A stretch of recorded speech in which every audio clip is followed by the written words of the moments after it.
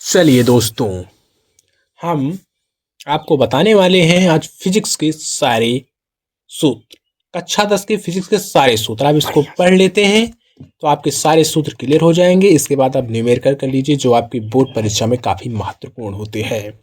शुरुआत करते हैं कक्षा 10 विज्ञान के पहले चैप्टर के मानव नेत्र के सभी महत्वपूर्ण फॉर्मूले। इसमें पहला सूत्र है आवर्धन। आवर्धन का एम से प्रकट करते हैं मैग्निफिकेशन, जो कि होता है H1 अपान HI अपान HO बराबर V अपान U, जहाँ HI प्रतिबिंब की ऊंचाई है, HO वस्तु की ऊंचाई है, V प्रतिबिंब की दूरी है और U वस्तु की दूरी है। दूसरा सूत्र है लेंस का सूत्र। लेंस का फॉर्मूला होता है 1/f equal to 1/v plus 1/u। इसमें f होती है फोकस दूरी, u होती है v होती है प्रतिबिंब दूरी, u होती है वस्तु दूरी। फिर लेंस के क्षमता का सूत्र होता है p equal to 1/f। f है मीटर में लेते हैं, इसका जो क्या कहते हैं इकाई है, इसका मात्रक है वो डायोप्टर है, जिसे d से प्रकट करते हैं। और उसके बाद कुल क्षमता टोटल पावर ऑफ लेंस होती है P इक्वल टू P1/P2। जब लेंस पास पास रखे हो तो ये सूत्र लगता है। उसके बाद निकट बिंदु जो होता है हमारे लेंस का वो 25 सेंटीमीटर का होता है। दूर बिंदु अनंत होता है हमारे लेंस का। उस आई का होता है, मतलब वही लेंस आई, हमारी आंखों में भी लेंस लगा रहता है। निकट दृष्टि सुधार है तो लेंस की क्षमता 1/f होता है। इसको अवतल लेंस निकट दृष्टि के सुधार के लिए हम प्रयोग करते हैं। उसके बाद दूर दृष्टि के सुधार के हेतु हम उत्तल लेंस प्रकट करते हैं इक्वल टू 1/f। मानव नेत्र की सामान्य क्षमता अप्रॉक्सीमेटली 60 डायोप्टर होती है। आवर्धक कांच में आवर्तन होता है m equal to 1/d plus f। यहाँ पर d 25 सेंटीमीटर होता है। फिर अगला जो चैप्टर है प्रकाश का परावर्तन एवं अपवर्तन। इसमें आपको लग रहा होगा कि परावर्तन तो पहले हम पढ़ते हैं, अपवर्तन तो हम बाद में पढ़ते हैं। तो दोस्तों हम सूत्र को बता रहे हैं आपको, सारे सूत्र चैप्टर वाइज।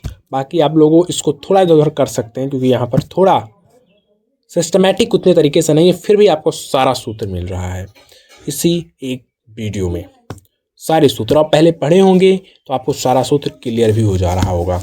और जो मैं सूत्र अपने मन में यहाँ पर बोल रहा हूँ उसको अपने मन में तुम्हें याद हो तो कॉपी की कलम लेकर बैठ जाइए, उसको लिखिए।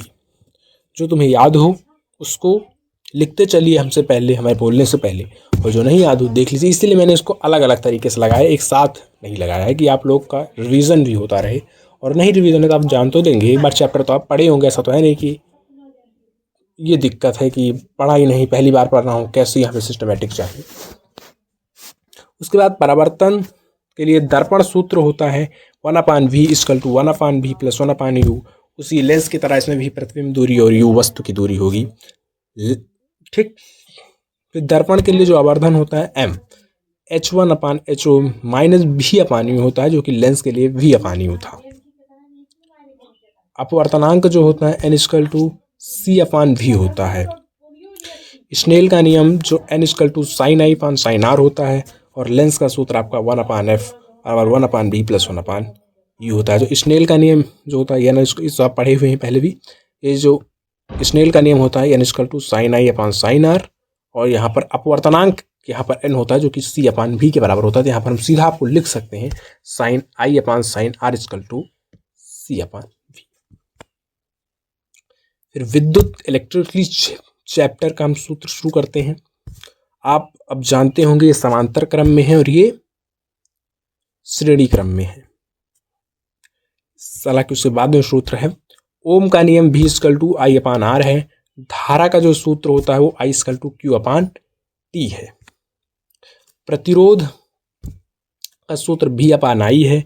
श्रृंखला संयोजन जिसे श्रेणी क्रम में कहते हैं, उसका प्रतिरोध जोड़ना है तो R1 प्लस R2 R3 जोड़ देंगे, सारे प्रतिरोध के बराबर आ जाएगा। और समांतर संयोजन होता है 1/R बराबर 1/R1 प्लस 1/R2। उसके बाद विद्युत शक्ति जो होती है P equal to VI। V यहाँ पर विभवांतर है, I यहाँ पर धारा है। ये P=y² के बराबर भी होता है, जो कि यहाँ पर I धारा है, R प्रतिरोध है, और यहाँ पर V² के बराबर होती है विभवांतर है, और R प्रतिरोध है। यहाँ पर आप देखिए सारे सूत्र का काम अलग अलग न्यूमेरिकल्स में आपको लग सकता है, इसलिए सारे सूत्र याद करना इंपॉर्टेंट है। फिर अगला चैप्टर है विद्युत धारा का चुंबकीय प्रभाव। देखिए इसमें कोई खास सूत्र तो नहीं है, लेकिन आपको जो याद करने लायक है, फ्लेमिंग के बाएं हाथ का नियम मोटर के लिए है, फ्लेमिंग के दाएं हाथ का नियम जनरेटर के लिए है, दाहिने हाथ के अंगूठे का नियम धारा की दिशा के बताने के लिए है, और विद्युत मोटर के बल का जो सूत्र होता है F=BI/VIL। अब थैंक यू, इतने आप पढ़ लेंगे तो आपके सारे सूत्र क्लियर हो जाएंगे फिजिक्स में।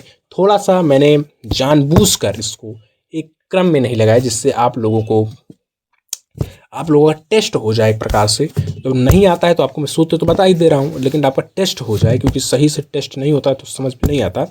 तो हम बीच को बता रहा हूँ, तो आप पहले पढ़े होंगे, तो टेस्ट होगा अपने आप उस सूत्र को लिख लेंगे, और नहीं है मैं सूत्र को बता भी दे रहा हूँ। और अब इसी के ऊपर आप न्यूमेरिकल की प्रैक्टिस कर सकते हैं इन सूत्रों की क्लास के बाद। धन्यवाद। ऐसे ही मिलते हैं अगली क्लास में और किसी इंटरेस्टिंग टॉपिक के साथ।